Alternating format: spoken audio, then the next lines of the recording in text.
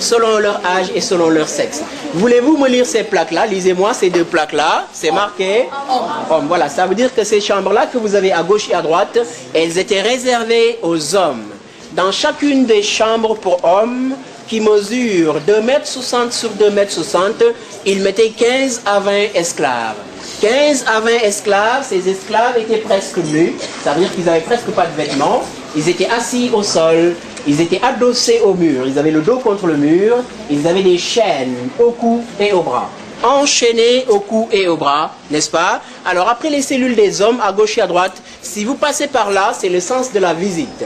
Vous verrez la première cellule à votre gauche, c'est la cellule des enfants. Vous ne vous perdrez pas, vous verrez une plaque noire comme celle-là sur laquelle on a écrit « enfant ». Dans cette chambre-là également, on mettait des enfants. Savez-vous pourquoi on...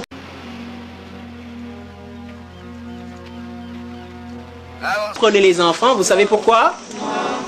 D'abord parce que dans les plantations et dans les mines, il y avait des travaux qui étaient réservés aux enfants et que les enfants faisaient très bien. Vous voyez, ça c'est la première raison. Par exemple, la cueillette la récolte du coton, la cueillette des fruits, des oranges, etc. Vous voyez, ces enfants pouvaient faire ces travaux-là, ils pouvaient les faire très bien et ils les faisaient très bien. Ensuite, le transport de certaines petites charges, n'est-ce pas, etc. Donc il y a beaucoup de types de travaux comme cela que les enfants faisaient bien. Puis vous verrez celle qui suit, devant laquelle on a marqué inapte temporaire.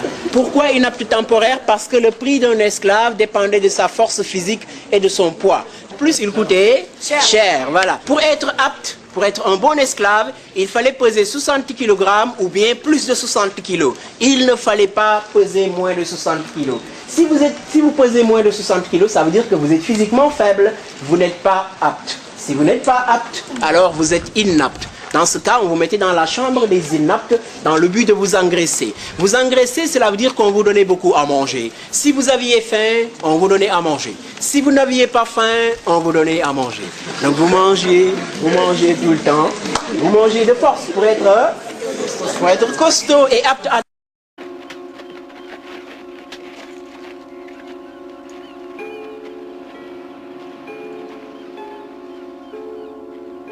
Entrez là-dedans! Entrez là-dedans!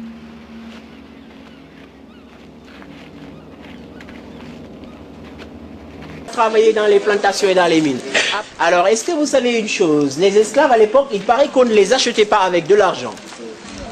Vous le savez? Oui. Les esclaves à l'époque, on ne les achetait pas avec de l'argent, mais on les troquait. On les troquait, ça veut dire qu'on les échangeait contre des marchandises qui n'ont pas de grande valeur et qu'on appelle des pacotis. Par exemple, si vous voulez acheter un esclave de ma taille, par exemple, il vous suffisait de donner un fusil ou bien un baril d'alcool. Baril d'alcool, vous connaissez? Oui. Si vous voulez acheter un enfant esclave, par exemple, comme cette fille-là, c'est une belle demoiselle qui serait une bonne esclave, n'est-ce pas? Si vous voulez acheter une esclave comme celle-là, il vous suffisait de donner un miroir ou bien un collier, ou bien un bout de tabac, ou alors un autre objet équivalent du point de vue échange. Donc c'est comme cela que l'on achetait les esclaves, en les échangeant contre des pacotis. Après cela, chers élèves, vous avez l'étage.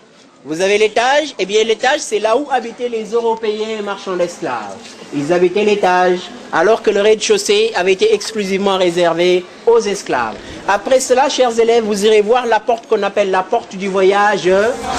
Voilà, on l'appelle ainsi parce qu'à l'époque, une fois que les esclaves étaient sortis par là, ils étaient transportés dans les bateaux vers les Amériques, d'où ils ne revenaient plus jamais. C'est pour cela qu'on l'appelle la porte du voyage sans retour. Alors, on a dit que chaque fois que l'on embarquait les esclaves, chaque fois que l'on mettait les esclaves dans les bateaux, certains d'entre eux essayaient de s'échapper, par exemple en plongeant.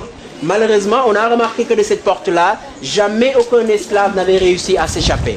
Chaque fois qu'ils avaient plongé pour essayer de s'échapper par la nage, eh bien, bam, ils étaient fusillés par les gardiens. S'ils n'étaient pas fusillés par les gardiens, alors ils étaient systématiquement dévorés par les requins. Savez-vous pourquoi il y avait des requins à l'époque ici? Vous savez pourquoi? Oui. Parce que l'une de ces règles-là voudrait que les esclaves n'aient pas le droit de tomber malades. Oui, à l'époque, les esclaves n'avaient pas le droit de tomber malade. Chaque fois qu'un esclave était tombé malade, eh bien, on l'attrapait et on le jetait dans la mer. Donc c'est cela qui attirait les requins. C'est pour ça qu'il y avait beaucoup de requins autour de Gorée. Il ne fallait pas tomber malade. Si vous tombez malade en tant qu'esclave, on vous jetait systématiquement dans la mer. Le 22...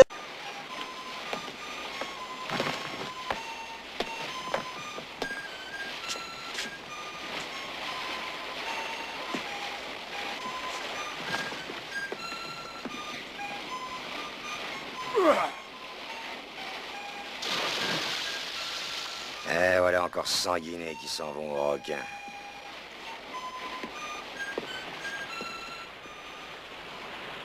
Ma chère Elisabeth.